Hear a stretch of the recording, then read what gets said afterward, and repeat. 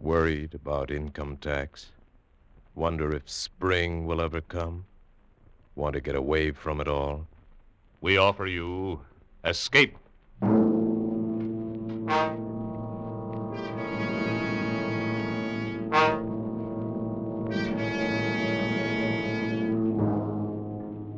You were alone in your book-lined study, listening to the idiot gibberings of a parrot, and beside you, caressing you, is an invisible thing, a loathsome thing from which you must escape.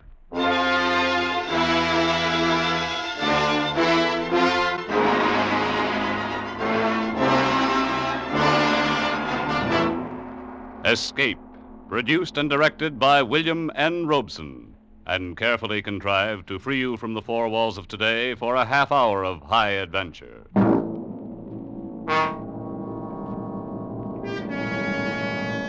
Tonight we escape to the West End of London, to a little house just off Hyde Park, where lived a man who didn't like people.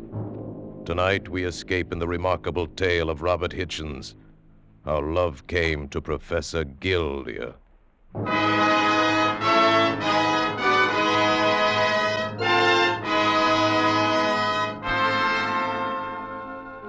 It has been said that no night ever passes over London town that sees not some strange and curious event, some occurrence too incredible to bear repeating in the light of day. How horribly true are those words.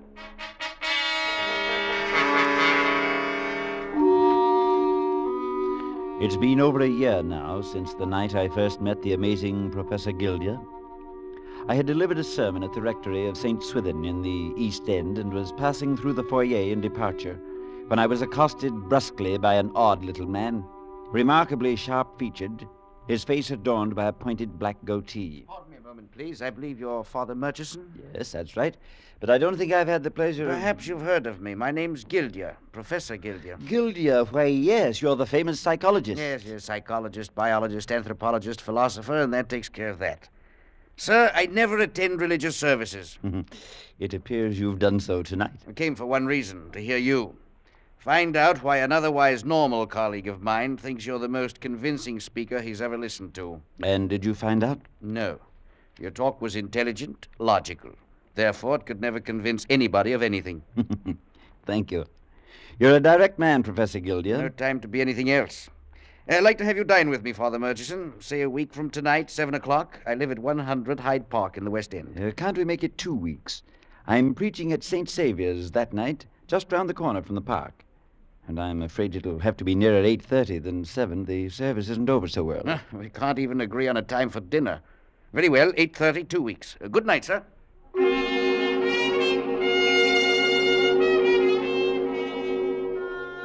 Perhaps if I had known then what but no matter. I kept the appointment, of course. And after an excellent dinner, we climbed the stairs to Guildea's study, a large book-lined room running the width of the house with windows at the end overlooking the park. In front of those windows stood the one incongruous thing in the room, a cage holding a large gray parrot. In fact, as I recall, it was the parrot that was responsible for my first becoming aware of what exact opposites Guildea and I really were.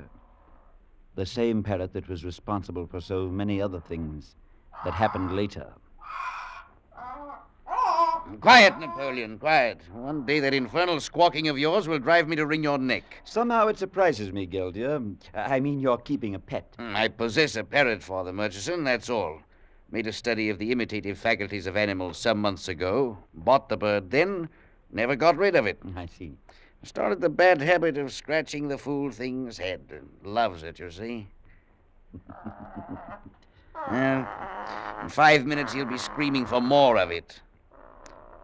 Why would it surprise you so much if I kept a pet? Well, because I believe you're the most self-sufficient man I ever met. More than that, actually. I detest affection, any display of sentimentality. But you do feel the need of close human sympathy in your life. None whatsoever. A reasonable amount of companionship, naturally, but that's all. Father Murchison, I'm one person who does not love his fellow men. Nonetheless, some of your discoveries have been of great benefit to mankind. Oh, entirely accidental. I thought you'd be liking your coffee now, sir. Oh, yes, Pitting. Put it there on the table, please. Thank you, sir. Will there be anything else, sir? No, that's all, Pitting. Yes, sir. An excellent servant there. I know nothing of Pitting's thoughts or feelings, nor he of mine. Perfect relationship. And if a crisis occurred, if you needed to call on him as a friend. It would take a considerable crisis. What about the parrot? Surely you must regard it with some affection, otherwise you'd get rid of it. Napoleon? Merely a specimen. The bird's as devoid of sentimentality as I am. Can only imitate whatever he sees and hears. Guildea, have you ever been in love? Neither with anyone in particular, nor with love itself. Being in love, as you put it, or having someone in love with me, would be the most monstrous and horrible situation I can possibly imagine. All of a sudden, I feel a very great sense of pity. For whom? For you. Yet, as different as we were, my life dedicated to all humanity, Guildea's life stripped of its own humanity, I called again at the house at Hyde Park many times, and we became friends. We talked away many evening hours in the months that followed, sitting by the book-covered table in the long study, the gray parrot chattering away in the background, with the lamplight barely reaching the farther corners.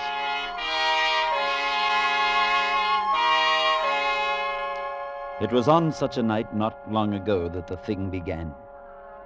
Guildea had seemed uncommonly nervous since dinner, and had spent much of the time pacing in front of the windows that faced the park. Confound it, Murchison, I can't seem to relax tonight. I ever feel a completely unaccountable presentiment, a sense that something remarkable was about to happen. Oh, yes. And usually it never did. Turned out to be the effect of too much coffee. No, it's not that. Coffee doesn't bother me. Nothing does. Well, then suppose you stop pacing the floor and sit down. You're wearing me out. Wearing me out. Wearing me out. Have you noticed how well Napoleon's learned to imitate your voice? Yes, and it's almost insulting at times. The worst thing is feeling such a strong compulsion to do something which I know to be ridiculous. Exactly what is it you're talking about, Guildea? Foolish even to mention it. But I wonder if you'd pardon me for a few minutes. Why, of course. Help yourself to more coffee. I'll be right back. Bye. Goodbye. I walked over and stood stroking the feathers of the parrot through the bars of his cage. I'd grown rather fond of the ugly bird, but it always startled me to hear him mimic some phrase of mine or Guildea's. Napoleon, Napoleon. you're a true creature of the devil. Creature devil. Creature devil. I happened to glance out the window toward the park across the street. Oh. The arc lamp at the corner threw a dim gleam across a bench set just inside the paling. And I was surprised to see Professor Guildea moving about the bench, peering under it, behind it, staring into the shadows nearby. He kept this up for some minutes, then crossed the street and came back toward the house. In a moment I heard him ascending the stairs. Hello. Father Murchison, has anyone entered this room since I went out? Why, no, you mean Pitting, of course, but he hasn't been in. Oh, strange. Very I strange. saw you across the street in the park. What were you doing? I thought I saw something. Wondered what it was, that's all. Did you find out? No. What's wrong with that parrot? Never made a sound like that before. What do you mean? He seems all right. Napoleon, stop that! Napoleon. What was it you thought you saw? Nothing. As you said, it most likely it was the coffee, only I'm very much afraid that... No. In this day and age, it's impossible.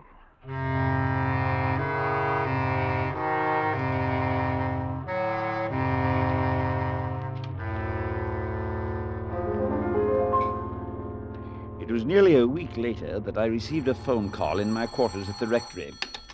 Father Murchison here. This is Pitting, sir, Professor Guildea's man. Oh, yes, Pitting. How are you? Very well, thank you, sir. The master would greatly appreciate your calling at the house this evening, if it's convenient, sir. Oh, anything wrong? I couldn't say, sir. But why didn't he phone himself? He isn't ill. I think not. He suggested 8 o'clock, sir. May I tell him you'll come? Yes. Yes, by all means. Tell him I'll be there at 8.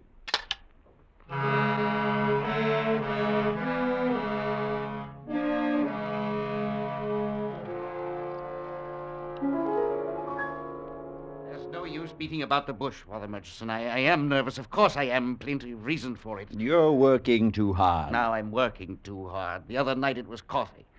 As a matter of fact, it's neither one. Be quiet, Napoleon. Maybe you'd better tell me what is the matter, Guildea. Do you feel the presence in this room of anyone beside the two of us? Well, there's Napoleon, of course. Napoleon! No, I don't mean the parrot. He senses it too, though. Senses what? When you were here last week, I left the house for a few minutes, you remember? Yes. I'd been watching someone sitting on that bench across in the park, a shadowy sort of figure. I had to find out what it was. But you found nothing. You told me when you came back. That's right. But I'd left the front door open. And when I came back in, I felt suddenly that someone or something had entered ahead of me. Oh, now really, Guildea. I knew also that they'd found their way to this room. But I was here all the time. No one came in. Father Murchison, whoever or whatever came into the house that night came into this room, is still here right now. You, Guildea. A scientist. Yes. Ridiculous, isn't it? But it's true. I'm only able to feel its presence. Napoleon can see it. Look at him now. Wouldn't you say he was watching something over there in that far corner of the room? No, I'd say he was just being as foolish as a parrot usually is. You, a skeptic? About this, yes. You've been working too hard. You need a vacation. I haven't told you the worst part of it. Would you say that I'm an attractive man? Frankly, no. Oh, I suppose to a certain type of society woman. No. That's not what I'm talking about. Well, then what are you talking about? I don't know whether this intruder is a woman, man, child, animal, but whatever it is, it holds a vast affection for me. What? Can you imagine anything so utterly monstrous, horrible? Murchison, the thing is in love with me. Love me! Love me! Ah!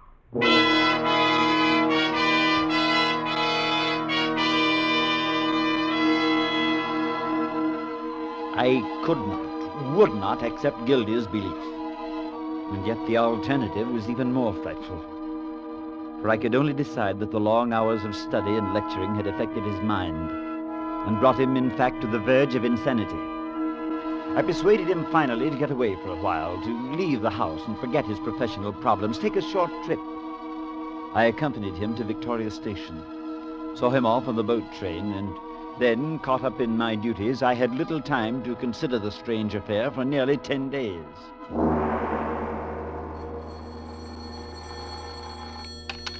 Father Murchison here. I hope I haven't disturbed you. Professor Guildea, then you're back in London. Oh, yes, I've been back for 3 days. You should have called me.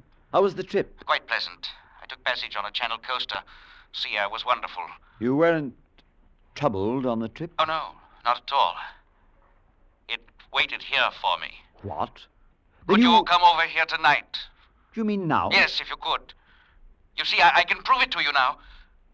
Very well. I'll come right over. I stood there by the phone and shivered. The thing had become so real to him now that he felt he could go away and leave it, then come back and find it waiting for him.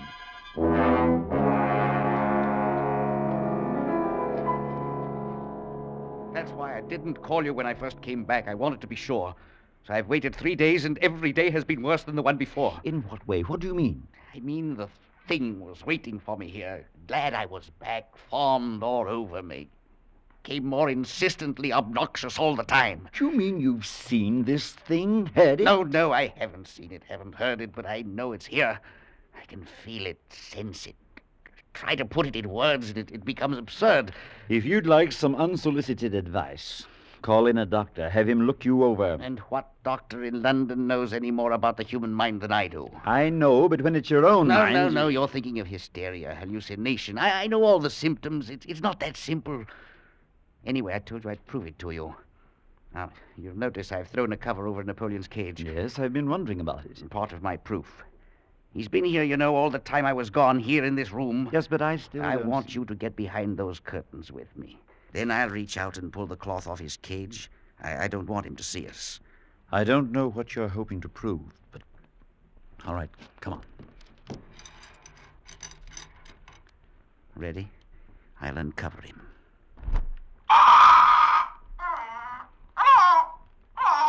we crouched there behind the curtains watching the parrot. He protested a while at being so rudely disturbed by some unseen agency, then climbed about the cage with claws and beak, pecked at crumbs, and appeared entirely normal.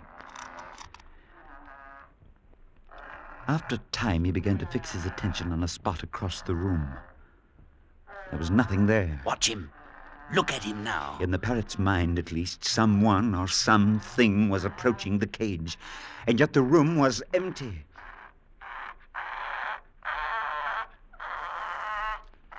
Whatever it was apparently had reached the cage now, and Napoleon welcomed it with friendly chortling. The hairs rose on the back of my neck. The bird was cooing and gurgling as it did when I or Guildea scratched the feathers on his head. I could almost fancy that I saw long, white, ghostly fingers reaching through the bars of the cage.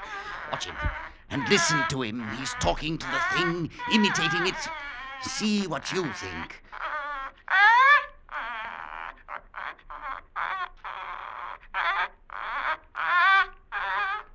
The bird was moving about in the cage now, nodding his head in a very peculiar manner, uttering the most extraordinary sounds.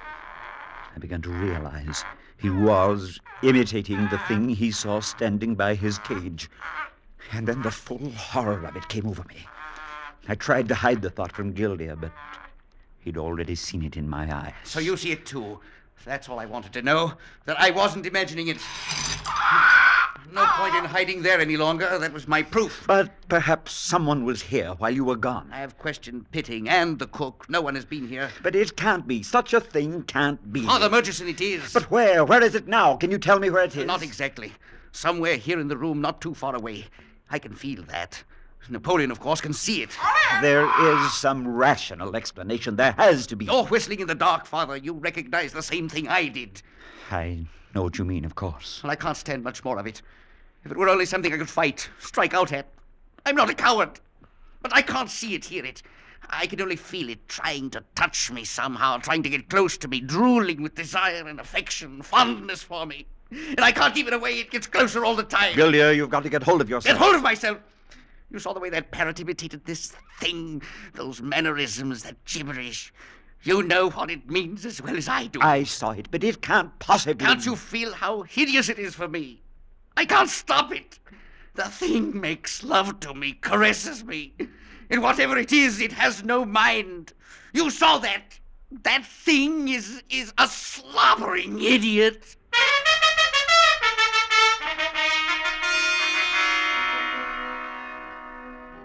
I walked home at a late hour, trying desperately to think of some reasonable answer to the whole strange affair.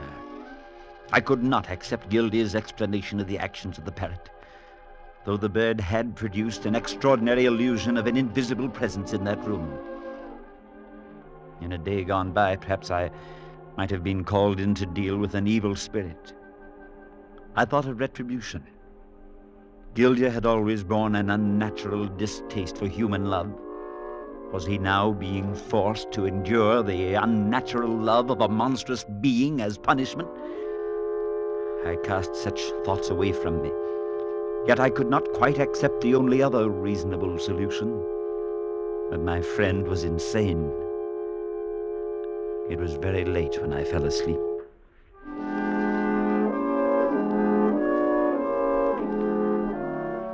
The following evening, I preached at Warwick Chapel and returned to my quarters about 9. I found that Pitting had called a short time before and left a rather puzzling message. Implored that you come to Hyde Park at once. Otherwise, I cannot answer for the consequences.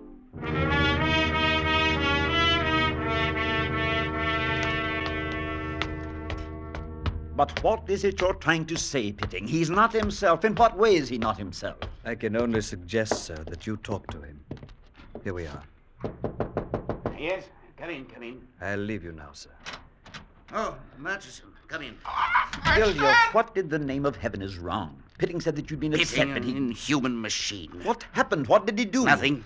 That's just it. Nothing. But I don't know. Oh, you warned me about it once, said I'd meet a crisis, need him as a friend, and he wouldn't be there. Well, it happened. Look here. I am going to call a doctor. I've never seen you in a state like this before. No, I don't need a doctor. I'm all right now. For a little while anyway. At least I think I am. Then what was it? What happened? That thing touched me. Really touched me. I mean, for the first time, it's only been trying to before. The only way I can put it, it rubbed itself against my soul. Oh, it was horrible. Now, Guildea, you've got... Don't tell me to get hold of myself. I know what I'm saying.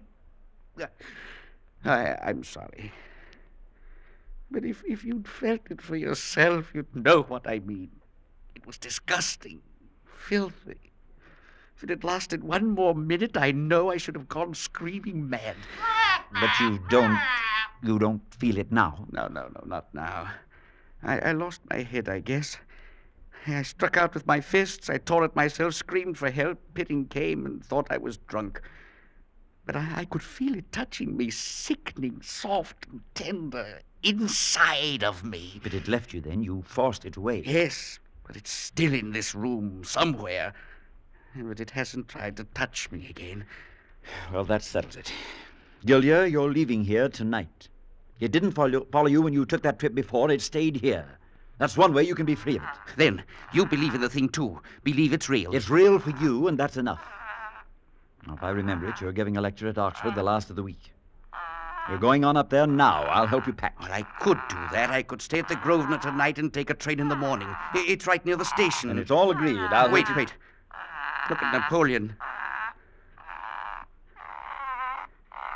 It's standing there by his cage. He's talking to it, imitating it. Can you imagine what that thing must look like? Never mind. Let me help you start packing. But I didn't tell you what it really did this evening. What came the closest to driving me insane. It doesn't matter. The thing kissed me, Murchison. But not from the outside. What? I could feel it, warm and wet, kissing my lips from the inside.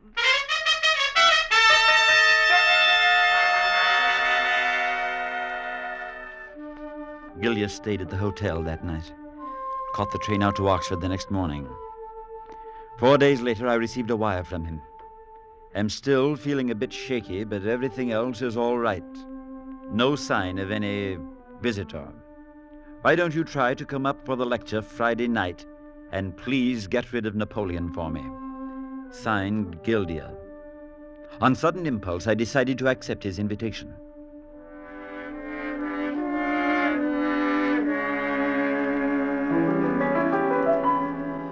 My train was late, and I arrived at Oxford with only time enough to go directly to the seminar. I slid into my seat just as Guildea was introduced and began his talk. He was pale and perhaps a bit drawn, but seemed otherwise composed and in control of himself. As I sat there, my mind wandered away from his talk, seeking some solution for the horrible problem which I regarded as being as much my own as Guildea's. I decided I would try to persuade him to sell the house in Hyde Park Place, since his strange fixation seemed to be bound up with it, and try to find lodgings elsewhere. Some 10 minutes passed when suddenly I noticed Guildea was becoming very nervous. He faltered in his talk. He seemed to be confused. He stood there on the platform, deathly pale, his hands out as though pushing something away from him. I knew what was wrong. Pardon me, please. Could I get through? Pardon me. Let me get to him, please. I'm his friend. Guildea, can you hear me? Father Murchison? Yes. Everything's all right. It came here, found me out. It rubbed up against me on the platform. It's no use. Take me back to London.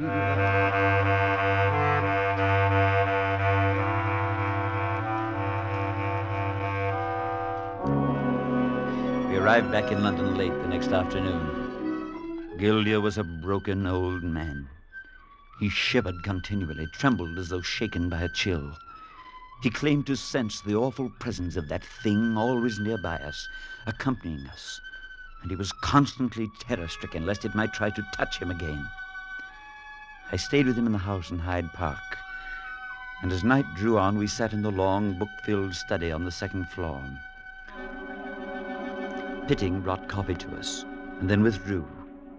We found little to talk about, and the silence of the room seemed doubly oppressive without the familiar chatter of the parrot in the background. What did you do with him, Murchison? Napoleon, I mean. I boarded him with a pet shop in Shaftesbury Avenue. I thought you might want him back again after you'd reconsidered. No, I won't want him back.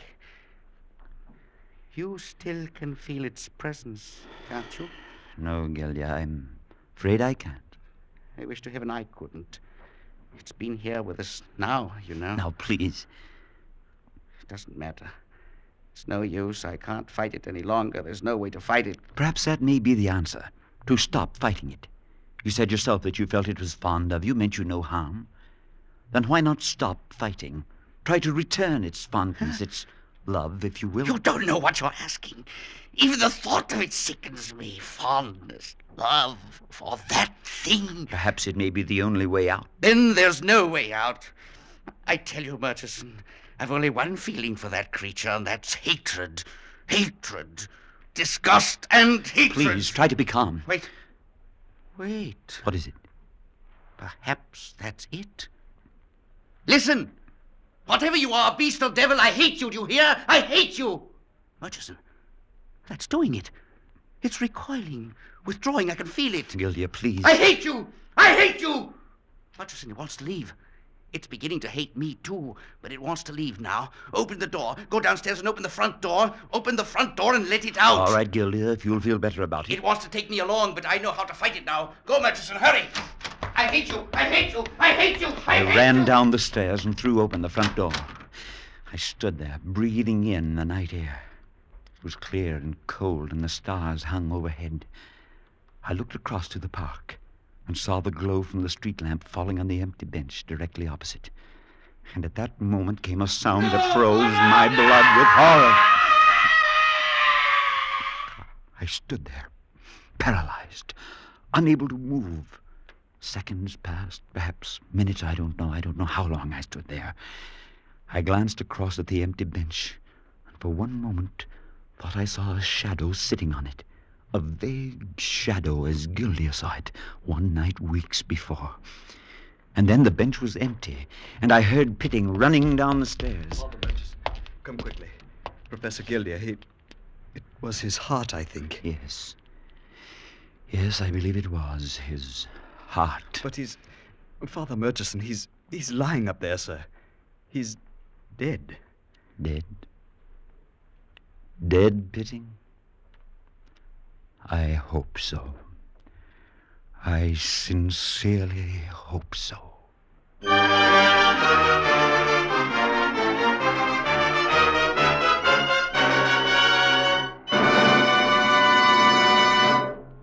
Escape is produced and directed by William N. Robeson, and tonight brought you How Love Came to Professor Guildea by Robert Hitchens, adapted for radio by Les Crutchfield, with Louis Van Rooten as Professor Guildea, Parley Bear as Father Murchison, Harry Bartell as Pitting, and Paul Frees as the Parrot.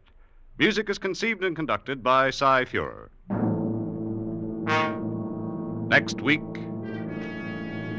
When you're tired out from doing nothing all weekend, when Blue Monday stares you in the face, next week at this time, when your problems just seem too much for you, we offer you Escape.